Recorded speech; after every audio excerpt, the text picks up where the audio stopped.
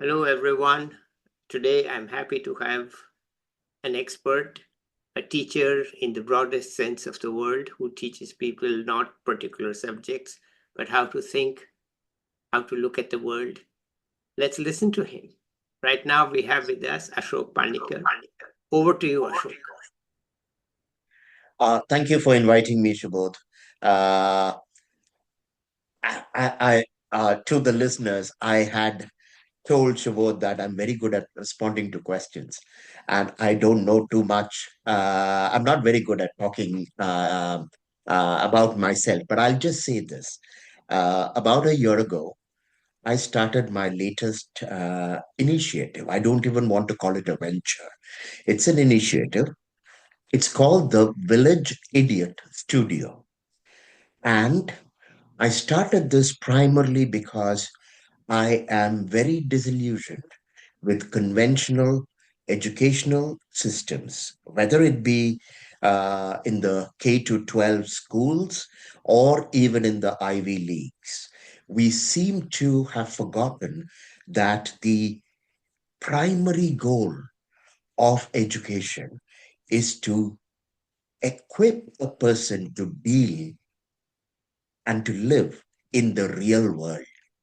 Okay. Let So me this just hype, interrupt you to say please. that Ashok lives in Washington, D.C. We are talking about what he's doing here. Washington, D.C. means a suburb of Washington, D.C., like me.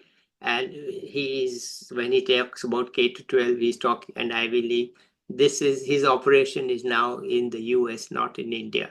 But he will talk about India also. So let's go ahead, Ashok. Sorry for that interruption. Not at all. Feel free to interrupt me. So I first started teaching in 1988 in Bangalore. And I was never, except for short stretches of time, I was never formally a professor in a college. I have guest lectured enormously, but I have mostly taught under my own umbrella, whichever organization I was running at that point in time. And in Bangalore, in 88, I started something called Alternatives. And I started teaching creative thinking. And this was at a time when, uh, well, we all know this was before the economic opening up of India. And I realized that there was an enormous hunger for uh, opportunities to explore oneself and the mind. So I ran these courses, first creative thinking, and then they became critical thinking courses from 88 to 94, 95. At which point I came to the US. Okay. So, what did you get out of that 6, 7 years of teaching? How did it change you, or did it influence you? Were you happy? What happened? Uh, I like talking about failures. Hmm. And I completely failed in monetizing this and making it a viable income generating activity. However, it was an it was literally my first powerful experience of what goes into teaching and what goes into literally the workings of the human mind. Remember, I was not teaching technical subjects. I started by teaching creative thinking. And then very soon I realized creative thinking is just uh, part of what makes a human being uh, intellectually and otherwise curious. And then I started teaching critical thinking. Now, it's important to recognize that while I was reasonably creative uh, at that point in time because my background was in design. I had never taken even a single course in psychology or education. And in a sense, I was using my students as guinea pigs to experiment and to discover how one can go about enhancing these capabilities in students. So I don't know about my students. They seem to like what I was doing, but I learned enormously from these 6 to 7 years. Could you give an example of what you used to do so that we get a better sense, if you remember? Of course. And I still use many of these today. I literally, for myself, I was reinventing the wheel because there are, I'm sure, extraordinary teachers all over the world who've used these things. But since I didn't have formal education in these areas, I had to, of necessity, reinvent many of these modalities and practices. So I'll give you a very basic example or exercise that I used to start my courses with, whether creative or critical thinking. I would give people a sheet of paper, plain sheet of paper, and if they wanted crayons or pencils, and I would ask them to capture on that piece of paper their sense of self. Who are they? And capture Hmm. it on a piece of paper so that it communicates something to the other people in the class. Hmm. And one of the first things I learned from this was, remember, we are talking India of the 80s, late 80s. Uh, and I would say this went even into the mid 50s, mid 90s. Very traditional. Even the highly educated, professional lawyers and doctors and engineers, they were the ones who, by the way, these were after work programs. So people would show up at my studio at 6 o'clock in the evening after work, and my programs would be for 2 hours, 6 to 8 in the evenings. And I Hmm. would give them samosas and tea and stuff like that. And it became very clear to me that the way the average educated Indian described themselves was in terms of who their parents were, what their profession was, their educational qualifications, very important, their religion, their ethnicity, the language they spoke, the family they came from, particularly if it was a famous family, a more uh, socially notable family, that they almost never, except for their profession, they never talked about themselves or their capabilities. Yeah. And just to add, when I came in to the US in 95 and I started doing this, almost nobody talked about any of these things. Americans talked about themselves. And for me, that was a initial um, um, an entry into cultural differences. Okay, wonderful. But let's talk a little bit before you started this about design. What was it that was what motivated you to go to design? I mean, most people in India think of engineering, medical, hardly anybody thinks of design. So, what motivated you to take design courses and to get a design degree?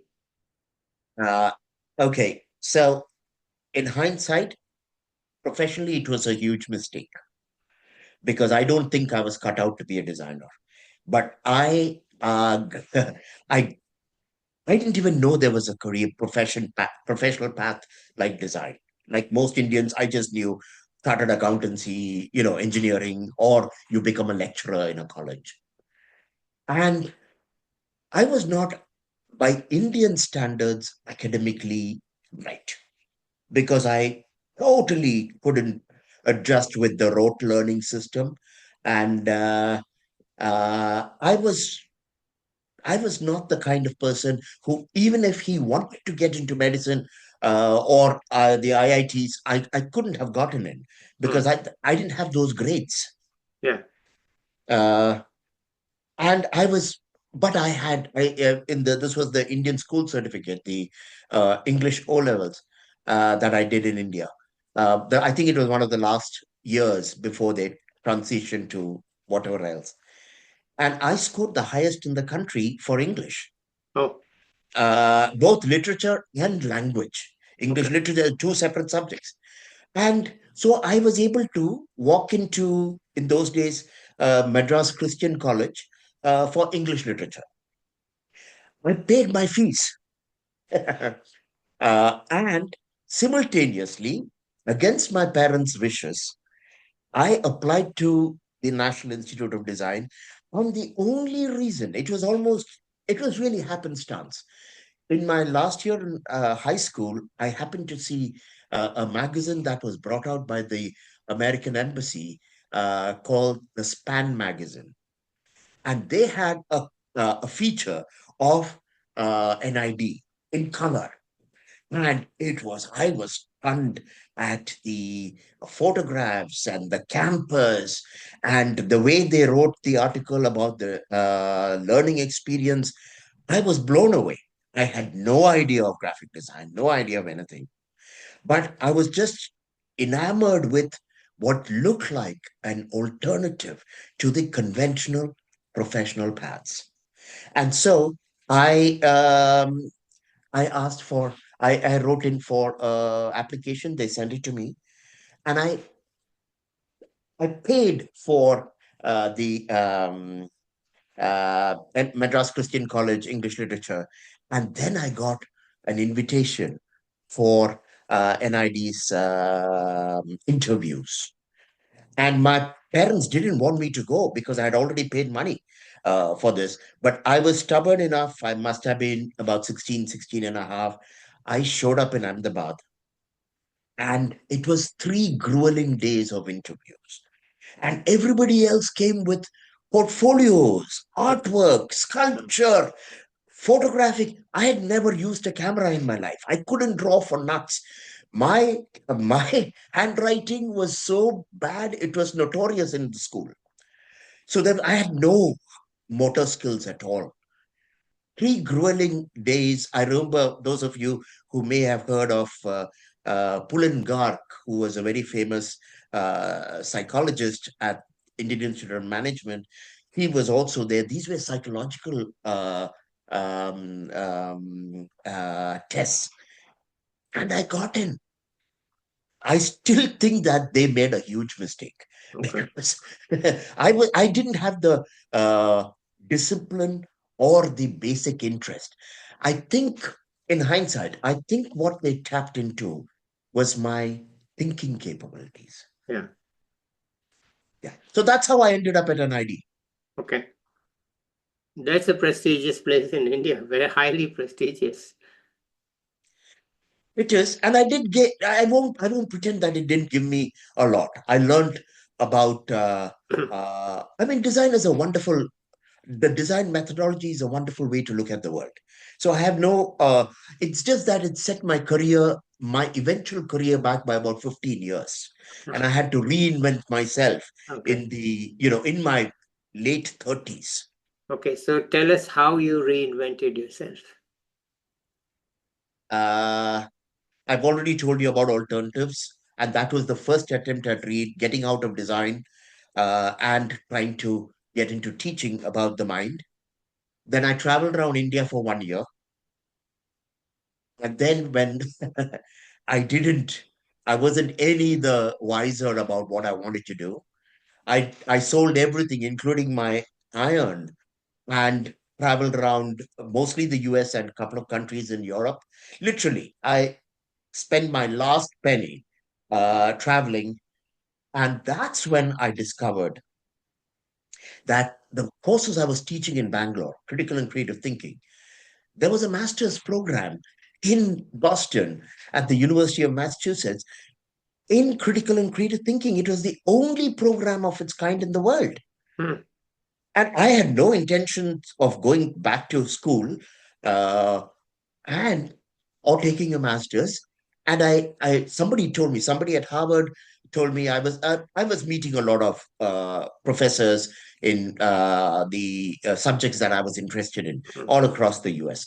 And a researcher at Harvard's Project Zero, which is under the School of Education, Shari Tishman, she was a graduate of this UMass program, and she said, do you know about it? I said, no. She connected me to the director. In those days, it was someone called John Moore, I believe. And I called him up. He said, come and visit me. I went there, and when he heard that I had been teaching this without any credentials, Yeah. without any, he said, oh my God, do you want to do this master's? I said, I don't have the money. He said, no problem. I'll give you a complete scholarship. That's how I found my path. Okay. All right. So you got a formal degree, master's degree. Wonderful. From Boston. Yeah, What's between next? you and me, and I don't want to run down anyone or any program, but it was a seriously underfunded school. Because in a place like Massachusetts, where you have, or Boston, where you have phenomenal world-class institutions, a state school does not get very much Yeah. money. And so the program was, to put it kindly, extremely underwhelming. Okay. But I had already had 6 years, 7 years of experience. So it gave me credentials, but it didn't necessarily increase my knowledge base. Okay. All right. Anyway, now you are reinvented. You are credentialed. I'm credentialed. So next, what's next? Well, at 66, it's a very difficult question to answer. What's next? Uh, all I can say is that No, what's I'm on. next after the credential? Oh, I see. I Not see. now. It's back Yeah, then. no. You're going back to 97, 98. Oh, yes. Uh, Yes, yes. I did teach critical thinking at a community college in Boston, but they were not able to give me an H-1B visa. Yeah. And by sheer luck, because by then I had already done a lot of consulting in diversity training, Yeah. and through that I had gotten an exposure to the field of conflict management and Yeah. mediation. Yeah. And without any credentials again, Yeah. I found in the Boston Globe, a small classified, while I was still struggling to get a H-1B visa, a Yeah. small classified ad saying wanted mediator. I had not even, this is the story of my life. I hadn't even done a mediation course or whatever. I had no idea. I Yeah. applied, and literally, I owe my entire career for 25 years to the director of the program, Peter Shapiro, who's now a very good friend of mine. He picked me out of so many people who had master's degrees in conflict resolution Yeah. and stuff like that. And that is how I got into the field of mediation, consensus building, conflict resolution. Yeah. And I loved it. I Okay. absolutely loved it. Okay. All right. So tell us about what you did with it. Uh, Short story. Well, uh, the first couple of years, I cut my teeth in Cambridge, working in community mediation, Yeah. trying to mediate disputes between landlords, very often huge management companies that had hundreds or thousands of apartments, and tenants who were at risk. In other words, on the edge. And uh, uh, if they were removed from their housing, they would have become homeless. So that was my introduction to conflict resolution and mediation. Okay. And of course, Peter Shapiro sent me to some great training programs, and it basically got me educated in this field. And then I on my own initiative, because I'm basically a serial entrepreneur and I don't make a good employee, I started their training department, and I started offering, on behalf of the organization, I started offering consulting and training to other nonprofits in the New England area. And Right. that took off. That took off. Yeah. And that's where I got into um, I went beyond one-on-one Yeah. mediation to Yeah. organizational conflict and group conflict. Yeah. So that's I did that for a while. Then I made my second career mistake, and I got out of a job that I really liked because I was my own boss there. Peter allowed me to be my own boss, and but it was a non-profit salary, and I was really barely making my ends meet. And then you know how expensive Cambridge and Boston are. I was living there, and I got an offer from one of the groups that came out of MIT and Harvard, which did international conflict management and negotiation consulting and training. Yeah. And it was like, oh my God, this is awesome. And Yeah. they really wanted me. And I thought this was a natural step up. Yeah. And within 10 months, I decided it was the biggest mistake because I had no autonomy and I was giving pretty much cookie cutter programs Yeah. to the corporate world. Yeah. And it wasn't intellectually stimulating for me. And I quit. Okay. And that's when I decided to come back to India and start my own conflict management center, which was Metaculture. Okay. All right. So we are back in India. Which year?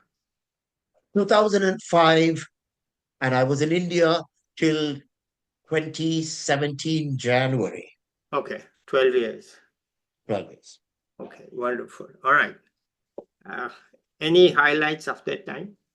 And, this is for those who are interested in doing developmental work. And I know, Shubodh, you Ashok, are can you doing just something. hang on for a second? I'll just put you on pause for a minute and Please. I'll be back. Okay, we are back from the pause. I was asking Ashok what were the highlights, some of the highlights of those 12 years in India. Thank you for asking that. And I have a couple of examples that I want to show, particularly for your readers and listeners and viewers uh, who are interested in development. I know, Shubodh, you are doing, your NGO is doing some really fascinating work in India. And even though Metaculture uh, did a fair amount of corporate work, our primary interest was the interface between business, the nonprofit world, labor unions, government. And I want to mention two projects that were done and completed, both on our initiative. Nobody came to us saying, Ashok, would you do it? The first was what we call the Garment Sector Roundtable. And what it was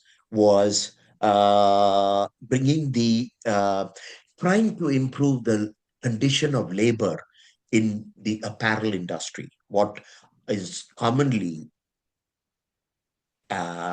described as sweatshops. Now, this was particularly in those days, in the 2009, 10, 11. It was a huge issue in India, mainly because India, like Bangladesh, was becoming quite one of the largest apparel exporters in the world. So you had all these international factories coming, and you had local Indian factory owners who were producing jeans and t-shirts and jackets and everything else. And very often the labor conditions were dismal. And this became, there were thousands, I mean, hundreds of scandals all over the world, particularly from the developing world, of horrendous working conditions. So we tried to put together. And it took us 1 year to convene a meeting between the international brands that were operating in India, like Levi's and Wranglers and H&M and M and all these big names, their offices in India, the Indian factories, derisively called sweatshops, their heads, labor unions that were fighting these sweatshops, trade unions that were also, labor unions and NGOs that were focused on this sector, as well as senior people from the central government, as well as the Karnataka state government, because I was based in Bangalore. And it took an enormous amount of persuasion to get all the stakeholders at the table together. And we kept them there for 2 years with absolutely zero funding from government or foundations. And we did this like the first year, basically, whatever little money I made in the corporate sector, I pumped into this.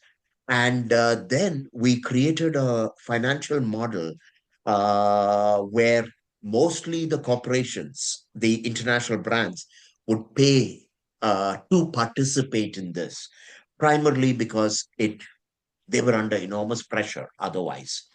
So we kept them there. It was a fascinating experience, and they were able to build very strong relationships between. So the trade union guy who was fighting and very often physically at risk from the goons of the factories, the highly polished CSR executives from the international brands, the NGOs that were suing these companies and the international brands in court, all of them came together and we were able to help develop very strong relationships between these groups that I've been told still continues. Okay. So this Right. is, I would say, one of my most important. I don't like using the word success. One of my most important and useful projects. The second one was one we started in 2007, and then it really came to a head in 2013 and 2014 and 2015, which was the Hindu-Muslim dialogues. And here we got the uh, senior most representatives of the RSS, the VHP, the Jamaati Islamia, and a few other Hindu and Muslim organizations to talk about, uh, to try to empathize with each other's concerns and to try to craft uh, a way for them to and their communities to coexist without violence. And we started this, of course, before the Modi government came. Like I said, it was first we did a short pilot program in for about 6 months in 2007, and the main program started around 2011, 2012, I think, and it went on again. The same people in the room for 2 years and enormous amount of firefighting, troubleshooting between us and the people and the Mm, participants mm, to ensure that they remained at the table. mm. Um, and it wound up in 2015. Yeah, I understand. Okay. Okay, let's not uh, dwell too much on that. Okay. So, what are your thoughts today? About Anything? What's on your mind? I have since then, and remember, in doing all this work, I was manifesting optimism because it's only an optimist who will go into these conflicts and try to bring order there. And I really was an optimist. But by 2015, I started losing that optimism, not just in India, but across the world. Uh, from childhood, I was always I'm a history buff and I've always been interested in geopolitics. So, I'll just give you this anecdote because it's funny. When I was in Cochin at the age of 10 in 1968, when all we would get, no television, of course, this was in 1968, all we got was one English paper that would show up by a flight because no English papers were printed in Cochin, or it would come from Madras or Bangalore or Bombay. At 5 o'clock in the evening, we got an English paper, and I would devour it. And I remember after school talking with another classmate of mine, absolutely hungry that Nixon won the American president. I was 10 years old living in Cochin. It's like 68. No television, no radio news. I mean, and I remember being very agitated that Nixon had won in 68 before Watergate. Anyway, a reason I say this is I have been a very close watcher of international politics, and it became very clear to me, particularly triggered by the Syrian crisis. And when Angela Merkel, I think extremely foolishly, let in a million plus Syrian refugees, my first thought was, because of the work I had been doing on religion and religious conflict, etc., that there is no way Germany or Europe can integrate people coming from an illiberal, non-democratic culture. And at this time, I was in the US during 9/11. And I had, in my cross-cultural work, I had done work with different faith groups in the US. And then there was Brexit. And then there was Trump. And so here's where I am right now. I have become, or let me put it this way, I'm no longer an optimist Okay. about the state of Western civilization. I'm very clear about this. I say Western civilization. I think the future is going to be Chinese, Arab, Muslim, or even Indian, if India can get its act together. But Western civilization is in deep trouble because it was always a very tenuous balance between individualism and the collective good. And I think the West has lost that balance, which is why we are seeing the chaos here in the West today. So my that's another reason I'm here now, because I know this sounds megalomaniacal because I'm such an insignificant person in more ways than most people even realize. Uh, all I want to do is try to educate Westerners, nobody else, about the extraordinary fragility of their way of life at multiple levels. I teach courses on all of these topics. And I also coach individuals about the fragility of even their values like freedom and individualism and human dignity, even human rights is very much at risk right now. And I do not blame Trump or Trump supporters for this. I see systemic structural problems, and my progressive friends don't like it when I say the problem with Western civilization is not racism or sexism. It's far more foundational. So that's where my mind is right now. Okay. Just a clarification. When I say I'm talking, my concern is Western civilization, my courses attract people from the developing world, but they tend to be English speaking, highly educated people who are politically conscious, even in Delhi or Mumbai or Manila or Morocco or places like that. They come because even in their countries they see the same problems. Okay. All right. Wonderful. So you are actually not sitting idle. You are actually working very hard. With very little to show for it, but I am working very hard. Okay. Wonderful. Anything else you want to add here? Uh, Subodh, I'm stumped when someone asks me that question because, okay, I can add one more thing. When I came back to the US, and even in my last couple of years in India, uh, where I started focusing on trying to teach people how the world really works. Yeah. So, just to give an example, most of my American friends in the uh, peace building, democracy, diversity world, and the humanitarian world, they think democracy works through elections.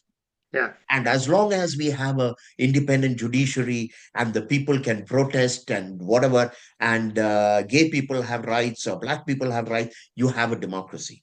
Yeah. And that's a fallacy. Democracy is, those are just the fringe elements of a democracy. And I've come to this because of my grassroots work, Yeah. trying to do this in organizations and places like this. Yeah. Democracy really is completely dependent on the citizenship capabilities of Yeah. its people. I see. Being a citizen is very difficult. Yeah. Okay, they have to learn to negotiate, they have to come to a dialogue, they have to learn to make compromises, Yeah. and they even have to make huge sacrifices in for the larger good. You Yeah. can't be selfish. As an immigrant, I can't be fighting all the time for brown people or immigrants or Indians in America. I'm not contributing to the democracy. Yeah. So for about 6 to 7 years, I was focused on trying to help people see the what I call the underbelly of democracy. Yeah. But now uh, I have realized that I'm always very conscious of my insignificance. That someone like me with no institutional support and no resources, I Mm. can make very little difference, if at all. Mm. Uh, Democracy itself is so large globally, and it's so fragile that I don't think I can make any difference. I've tried working with the biggest organizations in DC, which is the capital of world democracy.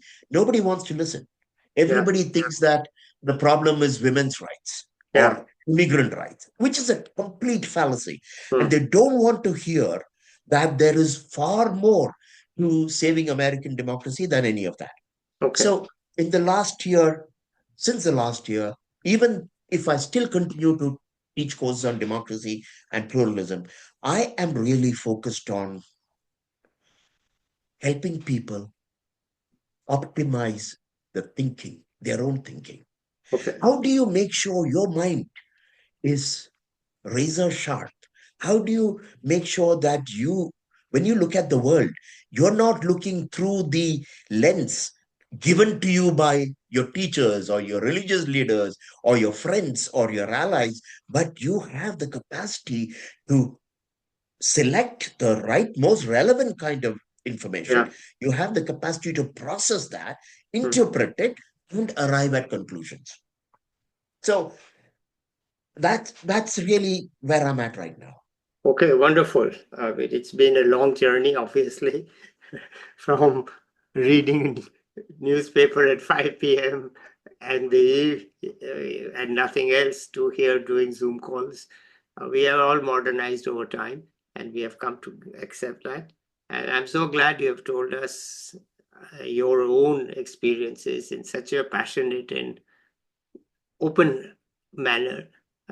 Not hesitated to say you were a failure, and you've also told us where you've succeeded. Okay.